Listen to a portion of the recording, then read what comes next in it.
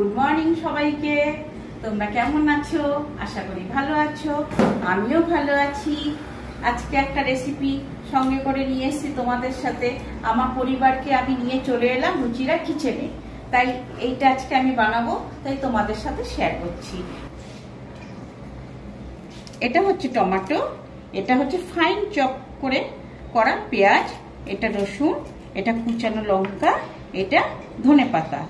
তো চলো ওদিকে কান্নাকাটি শুরু করে দিয়েছে, আবার ওখানেই যাওয়া যাক, তোমরাও দেখতে থাকো। কে কান্নাকাটি করছি জানো তো? এই এটা চলো এক এক করে নিয়ে আসছি। রসুনটা পুরোটাই দিয়ে দিতে হবে, আর একটু বাড়িয়ে দিই।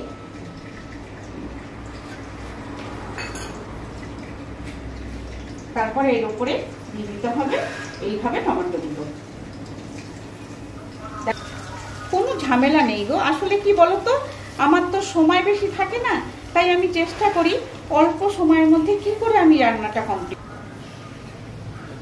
হয়ে গেল। এবার কি দিচ্ছি, টমেটো দিয়ে দিয়েছি, রসুনটা দিয়ে দিয়েছি, ঠিক এইভাবে থাকবে টমেটো গুলো, ঠিক আছে, এভাবে থাকবে। এবার তার মধ্যে দিলাম এই যে ফাইন চপ করে কাটা পেঁয়াজ, পুরো পেঁয়াজটাই লাগবে। তারপরে দিচ্ছি কুচনো লঙ্কা, এটা কি বানাচ্ছি বলো তো তোমরা। তবে দিচ্ছি ধনেপাতা, হ্যাঁ ঠিক বলেছো, চাটনি। তবে একটা চাটনিটা একটু অন্য টাইপের, এটা হচ্ছে আজকে খাট্টা মিঠা চাটনি। এবার দিতে হচ্ছে নুন, নুনটা আমি আরেকটু দেবো বেশি করে। তারপর দিলাম 1 চামচ চিনি। হ্যাঁ, আর কোনো ঝামেলা নেই, এটা এইভাবে থাকবে।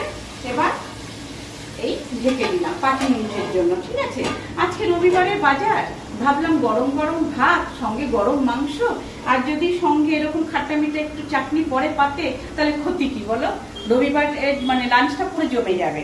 তো এটা হতে থাক, এটা কমাবে না, এরকমই থাকবে ফ্লেমটা, ঠিক আছে। জল টল কিচ্ছু পড়বে না, জাস্ট ঢাকনাটা খুলে একটু হাতা দিয়ে একটু নরম করে দেবে, হয়ে গেল, এটা ঝামেলা মুক্ত।